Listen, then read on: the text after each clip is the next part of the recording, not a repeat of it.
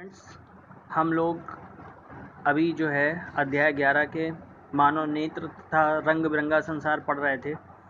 आज हम लोग बात करेंगे दूर बिंदु तथा निकट बिंदु के बारे में। तो दूर बिंदु क्या होता है? वह दूरतम बिंदु जिस तक कोई नेत्र वस्तुओं को सुस्पष्ट देख सकता है नेत्र का दूर बिंदु कहलाता है। सामान्य नेत्र के लिए यह अनंत दूरी पर होता है। ठीक है, मतलब ये है कि आप सामान्य आँखों से कितनी दूरी तक अधिकतम साफ देख सकते हो।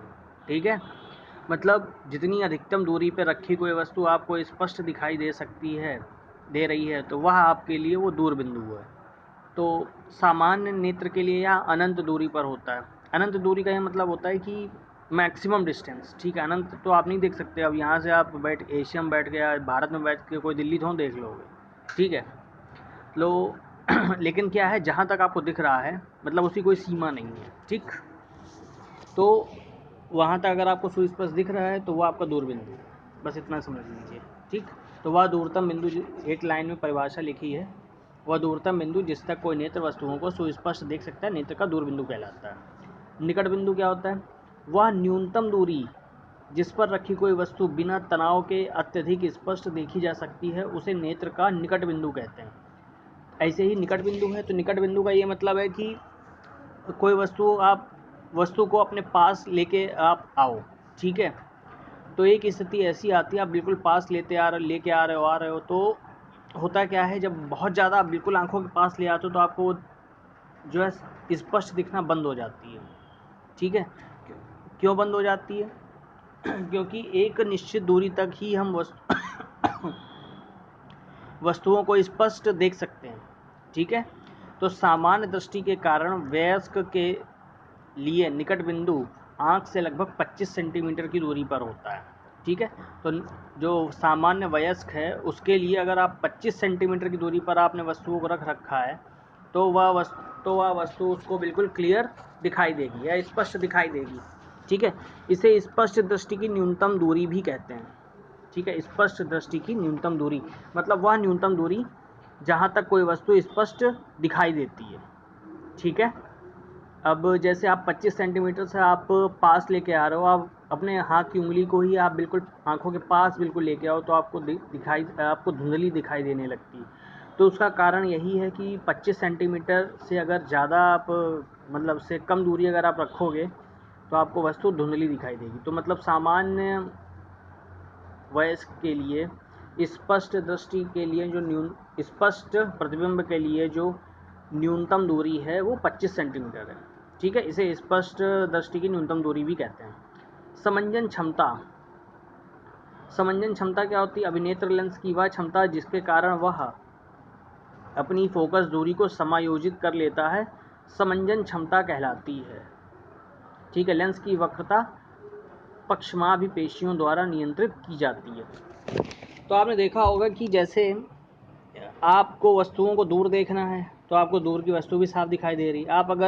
आपके सामने अगर 50 सेंटीमीटर 100 सेंटीमीटर कोई दीवार है तो आपको दीवार भी दिखाई दे रही है। मतलब आप 100 सेंटीमीटर के आगे आप नहीं देख रहे हो, लेकिन आपको वो चीज़ भी क्लियर दिखाई दे रही है। मतलब अगर आप उसको एक वस्तु मान लो या पेड़ को आप मान लो, आपसे वो कम से कम 500 मीटर की दूरी पे है, 500 ना सही 200 मीटर की दूरी पर भी है, तो भी आपको पेड़ अगर साफ दिख रहा है तो इसका ये मतलब है कि जो हमारी आँख है, जैसे कि जो हमारी आँख है, ठीक है, अब जैसे कि प्रतिबिंब इस पे जो बन रहा है,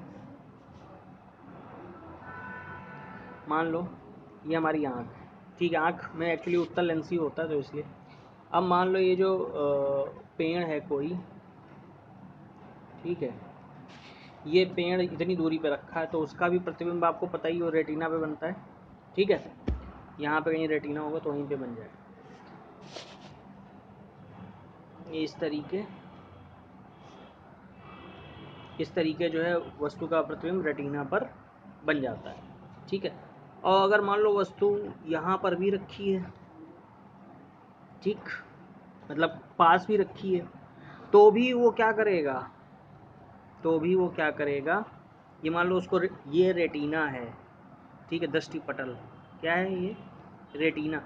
आपको पता है आँख के केस में जो प्रतिबिंब बनता है वो हमेशा रेटिना पर ही बनता है। प्रतिबिंब कहाँ बनाना है हमको, रेटिना पे ही बनाना है, ठीक है। और इधर ये क्या है, ये पक्षमाभि पेशियाँ हैं। ये कौन सी पेशियाँ हैं, पक्षमाभि पेशियाँ, ठीक है। ये पक्षमाभि पेशियाँ कहलाती हैं। ये क्या है, देखो ये पक्षमाभि पेशियाँ हैं। तो पक्षमाभि पेशियाँ तो क्या होता है, जैसे मान लो अभी वस्तु ये यहाँ पे है, इतनी दूर पे है, तो भी इसका प्रतिबिंब कहाँ बनेगा, ये बनेगा। ये वस्तु से लेंस की दूरी u कहलाती है, और ये इसकी फोकस दूरी है, ठीक है। ये क्या है, v। तो आप ये देखो जो v है, v हमारा फिक्स है, v हमारा क्या है, फिक्स, v फिक्स्ड है। मतलब हमको प्रतिबिंब कहाँ बनाना है, हमको प्रतिबिंब हमेशा जो है रेटिना पे ही बनाना है आँख के केस में। और u जो है, u भी फिक्स है। अब u मान लो पेड़ यहाँ से 500 मीटर की दूरी पे है, तो 500 मीटर की दूरी पे रहेगा, वो इधर उधर तो होगा नहीं। u भी फिक्स है, तो चेंज क्या होगा, चेंज हमेशा क्या होगी, फोकस दूरी होगी। बात समझ में आ गई। तो इस फोकस दूरी को समायोजित करके, क्योंकि जो फार्मूला होता है आपका क्या होता है, 1/v minus 1/u equal to 1/f, ठीक है। तो आपको क्या करना है, v भी फिक्स हो गया, u भी फिक्स हो गया। आपको v के अकॉर्डिंग, v मतलब प्रतिबिंब जहाँ बनना है, v के अकॉर्डिंग आपको f को सेट करना होता है, ठीक है। तो v आपने सेट कर दिया, मान लो जैसे 2.5 सेंटीमीटर, तो v आपका 2.5 सेंटीमीटर ही है। और u आपका चेंज हो रहा है, u आपका मान लो अभी 500 है, तो u और v के हिसाब से आप f को निकाल सकते हो। तो आपका लेंस उसी हिसाब से ऐसा घटेगा बढ़ेगा, मतलब या तो लेंस छोटा होगा, समझिए, या लेंस छोटा होगा, या लेंस आपका बड़ा हो जाएगा, ठीक है। या तो लेंस आपका क्या होगा, छोटा होगा, या लेंस क्या हो जाएगा, बड़ा हो जाएगा। तो इसी प्रक्रिया को मतलब जो लेंस का की जो फोकस दूरी है वो घटना बढ़ना, यही जो क्षमता होती है आँख की, वो क्या कहलाती है, समंजन क्षमता, ठीक है। हमें एफ ही में हम चेंज करेंगे। एफ में चेंज क्यों करेंगे, क्योंकि यू और वी फिक्स हो गए, ठीक है। वी हमको प्रतिबिंब बनाना है रेटिना पे, तो वी आपका फिक्स ही है। यू हमारा यहाँ से मान लो, वही मैं आपको फिर से बता रहा हूँ कि यू आपका अगर मान लो पेड़ की दूरी है तो वो आपकी फिक्स है, तो आपको एडजस्ट क्या करना पड़ेगा, एफ। आपको एफ को इस तरीके सेट करना पड़ेगा कि वी जो है, वी आपका वो 2.5 या जो भी रेटिना की दूरी है वो दूरी लेकर के आपको सेट करना होगा। उसके बाद एफ़ को एडजस्ट करना होगा, ठीक, हमेशा एफ़ को एडजस्ट किया जाएगा। तो अभी नेत्र लेंस की वह क्षमता जिसके कारण वह अपनी फोकस दूरी को समायोजित कर लेता है, समंजन क्षमता कहलाती है। लेंस की वक्रता पक्षमाभि पेशियों द्वारा नियंत्रित की जाती है। अब समझिएगा, अब यहाँ ये लिखा पक्षमाभि पेशियाँ शिथिल हो रही हैं, तो लेंस पतला हो रहा है, फोकस दूरी बढ़ रही है। तो ये कैसे हो रहा है,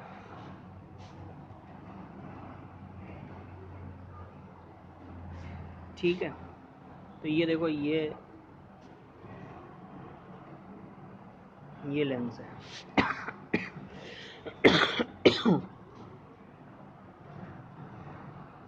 ये लेंस है, ये यहाँ पे क्या है, ये मान लो वस्तु है। तो u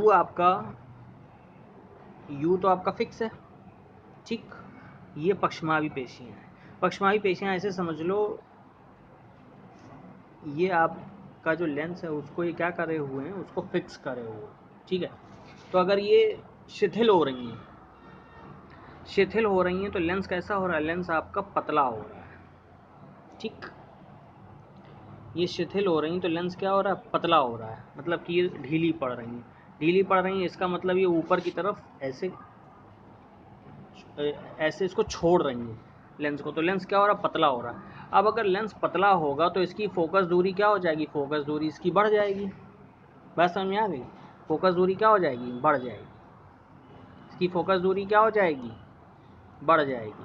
उस केस में अगर पक्षमाभि पेशियाँ शिथिल हो जाएंगी तो लेंस पतला हो जाएगा, तो फोकस दूरी बढ़ जाएगी। अब ये चीज़ अगर आपको ना समझ में आ रही हो कि लेंस पतला होगा तो फोकस दूरी कैसे बढ़ेगी, इसके लिए आप इस तरीके समझ सकते हो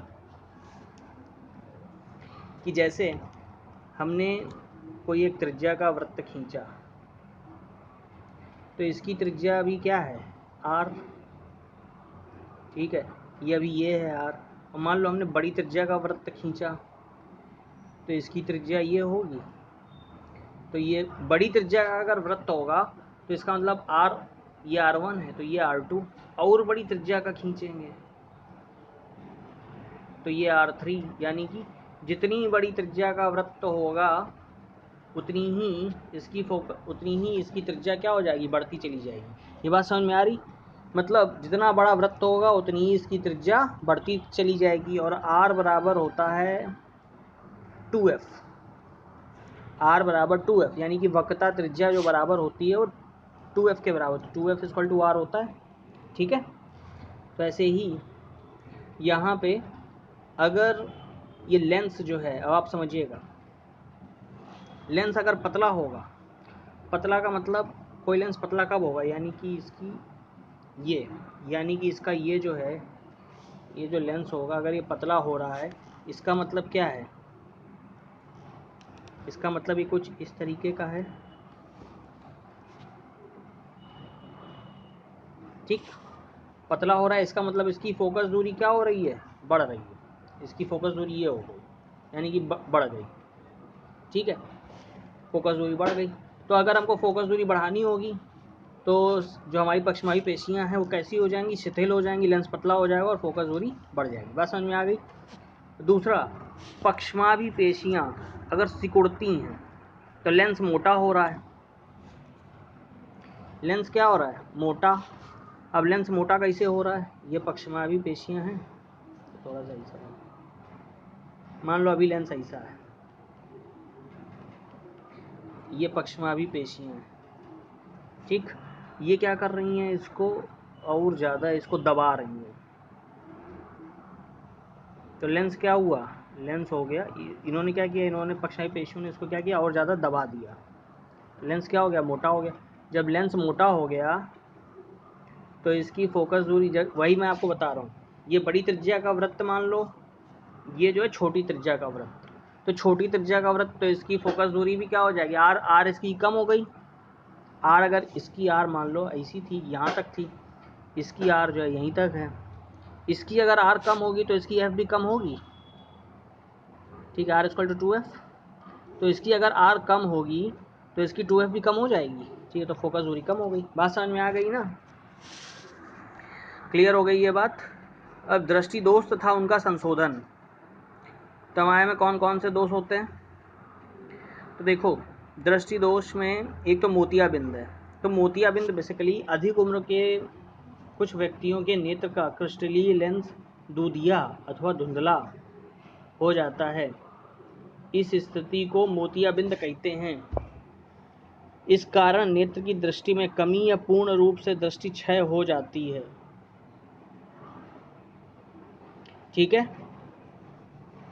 मोतियाबिंद की शल्य चिकित्सा के बाद दृष्टि का वापस लौटना संभव होता है, ठीक है। तो देखिए, जैसे आपने देखा होगा कि कुछ व्यक्तियों की आंखों का जो लेंस होता है आपको दूधिया या धुंधला सफ़ेद दिखाई देता है, तो उसे क्या हुआ होगा, उसे मोतियाबिंद होता है। तो इसका नेत्र की दृष्टि में कमी या पूर्ण रूप से दृष्टि क्षय हो जाती है। मोतियाबिंद की शल्य चिकित्सा के बाद दृष्टि का वापस लौटना संभव होता है, ठीक है। ये बात समझ में आ